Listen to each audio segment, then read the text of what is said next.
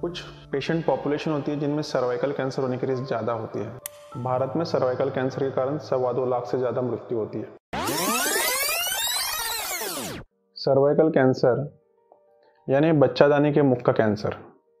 GLOBOCAN 2018 के अनुसार भारत में सर्वाइकल कैंसर के कारण 2.25 लाख से ज़्यादा मृत्यु होती है। यह आंकड़ा दुनिया में होने वाले सर्वाइकल कैंसर के मृत्युओं के 1/4 है। मतलब दुनिया में होने वाले सर्वाइकल कैंसर डेथ्स में 4 में से 1 डेथ इंडिया में होती है।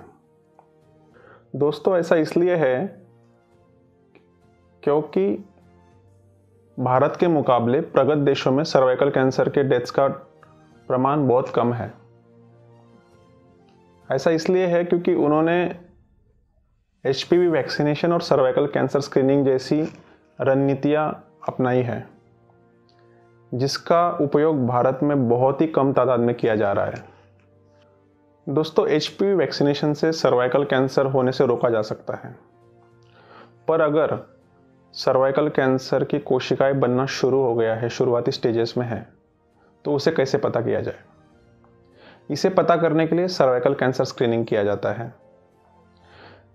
सर्विक्स की जो सामान्य कोशिकाएं होती है, उसे कैंसर कोशिकाओं में तब्दील होने में 10 सालों से ज़्यादा का समय लग जाता है। इस दौरान के समय में जो सेल्स होती है, जो कोशिकाएं होती है, उसे प्री मैलिग्नेंट या प्री कैंसरस कहा जाता है। तो स्क्रीनिंग के जरिए हम इस प्री कैंसरस स्टेज को पकड़ सकते हैं और योग्य उपाय करके सर्वाइकल कैंसर होने से बच सकते हैं। इस वीडियो में हम केवल सर्वाइकल कैंसर स्क्रीनिंग के बारे में बात करेंगे। बाकी कैंसर्स जिनमें स्क्रीनिंग रिकमेंडेड है, वो हम अगले वीडियोज़ में उस पर चर्चा करेंगे। मेरा नाम है डॉक्टर कृष्णा चौधरी, मैं हूँ मेडिकल ऑन्कोलॉजिस्ट।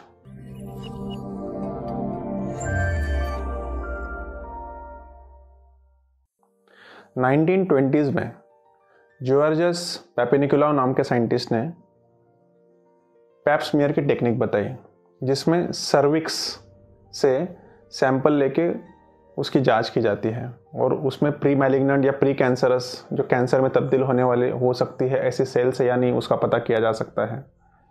तो 1960 के दशक में अमेरिकन कैंसर सोसाइटी ने इस पैप स्मीयर को रिकमेंड किया कि ये सर्वाइकल कैंसर जल्दी पकड़ने में सहायक होगी और इसे रूटीन क्लिनिकल प्रैक्टिस में लाया जाए। जब ये रूटीन क्लिनिकल प्रैक्टिस में रूटीन स्क्रीनिंग होने लगी, तो ये पता चला कि सर्वाइकल कैंसर के कारण होने वाले डेथ्स में 50% डेथ्स कम हो गई थी।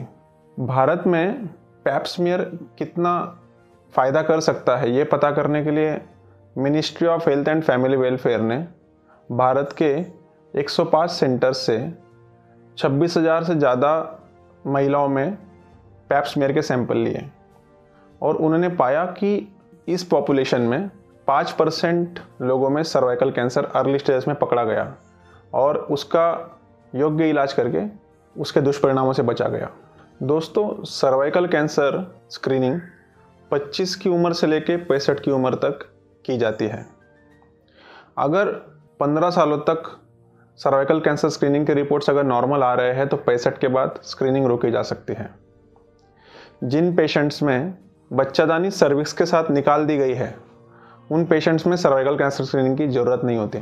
2 स्क्रीनिंग टेस्ट के बीच का जो ड्यूरेशन है, वो अपने डॉक्टर की सलाह से बढ़ाया भी जा सकता है। कुछ पेशेंट पॉपुलेशन होती है जिनमें सर्वाइकल कैंसर होने की रिस्क ज़्यादा होती है, जैसे HIV पॉजिटिव पेशेंट्स है या इम्यूनो कॉम्प्रोमाइज्ड पेशेंट है। इम्यूनो कॉम्प्रोमाइज यानी जिनकी रोग प्रतिकार क्षमता किसी कारणवश कम है, जैसे किसी में ऑर्गन ट्रांसप्लांट किया हो, तो उन पेशेंट में सर्वाइकल कैंसर स्क्रीनिंग ज़्यादा फ्रिक्वेंटली की जाती है। मतलब हो सकता है कि 1-1 साल में उनको स्क्रीनिंग टेस्ट करानी पड़े। प्रेगनेंसी के बाद, डिलीवरी होने के 3 से 6 महीने के बाद सर्वाइकल कैंसर स्क्रीनिंग टेस्ट कराई जा सकती है। जिन महिलाओं को HPV वैक्सीनेशन मिल चुका है, उनमें भी सर्वाइकल कैंसर स्क्रीनिंग करने की सलाह दी जाती है। सर्वाइकल कैंसर स्क्रीनिंग के लिए स्क्रीनिंग टेस्ट के तौर पे हमारे पास 3 प्रकार की स्क्रीनिंग उपलब्ध है। पैप स्मीयर, HPV टेस्टिंग और VIA यानी visual inspection with acetic acid. आइए इन तीनों टेस्ट को संक्षिप्त में समझते हैं। पैप स्मीयर डॉक्टर्स द्वारा कलेक्ट किया जाता है। योनि मार्ग से होकर सर्विक्स से सैंपल कलेक्ट किया जाता है और उसको लैब में माइक्रोस्कोप के नीचे टेस्ट किया जाता है। उसमें देखा जाता है कि प्री कैंसरस या प्री मैलिग्नेंट सेल्स है या नहीं। पैप स्मीयर कराने में कोई विशेष तकलीफ नहीं होती। पैप स्मीयर भारत के ज़्यादातर शहरों में उपलब्ध है। पैप स्मीयर हर 3 साल में कराना होता है। अगर नॉर्मल आए तो 3 साल में रिपीट किया जाता है। अगर पैप स्मीयर एबनॉर्मल आए तो आगे की जांचें करानी पड़ सकती है और योग्य उपाय किया जा सकता है। HPV टेस्टिंग योनि मार्ग से लिए हुए सैंपल में की जाती है। अगर HPV टेस्टिंग नॉर्मल है तो उसको हर 5 साल में रिपीट करना होता है। पर HPV टेस्टिंग और पैप स्मीयर कराने में हमें माइक्रोस्कोप, पैथोलॉजिस्ट, लैब, स्लाइड्स और काफ़ी सारी चीज़ों की आवश्यकता होती है जो कि हर जगह पे उपलब्ध नहीं हो सकती। जैसे समझो छोटे देहात में या गाँव में उपलब्ध नहीं हो सकती। तो इसके लिए क्या किया जा सकता है? तो तीसरी टेस्ट है visual inspection with acetic acid. इसमें बहुत सारी चीज़ों की आवश्यकता नहीं होती, ना लैब की ना पैथोलॉजिस्ट की आवश्यकता होती है। इसको कोई नर्स भी कर सकती है। इसमें हमें योनि मार्ग से सर्विक्स के ऊपर एसिटिक एसिड लगाना होता है। 3 to 5% एसिटिक एसिड लगाना होता है और 1 मिनट के बाद उसमें देखना होता है कि कोई संदिग्ध वाइट, जो कुछ पिंक एरिया है उसमें कुछ एरिया वाइट तो नहीं हो रहा है। अगर वो एरिया वाइट हो रहा है तो उसे एसिटो वाइट एरिया बोला जाता है, वो एबनॉर्मल होता है। Visual inspection with acetic acid ये वाली जांच गाँव के प्राथमिक आरोग्य केंद्र पर भी किया जा सकता है। अगर VI टेस्ट नॉर्मल है तो उसे हर 5 साल में रिपीट करना है।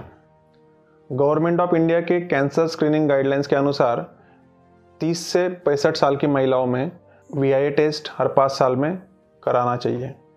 मेरा महिलाओं से एक ही निवेदन होगा कि अगर आपकी उम्र 9 से 45 के बीच में है तो आप सर्वाइकल कैंसर से बचने के लिए HPV टीकाकरण कराएं और 25 से 65 की उम्र में सर्वाइकल कैंसर के स्क्रीनिंग के लिए अपने स्त्री रोग विशेषज्ञ से या कोई हेल्थ सेंटर से संपर्क करें।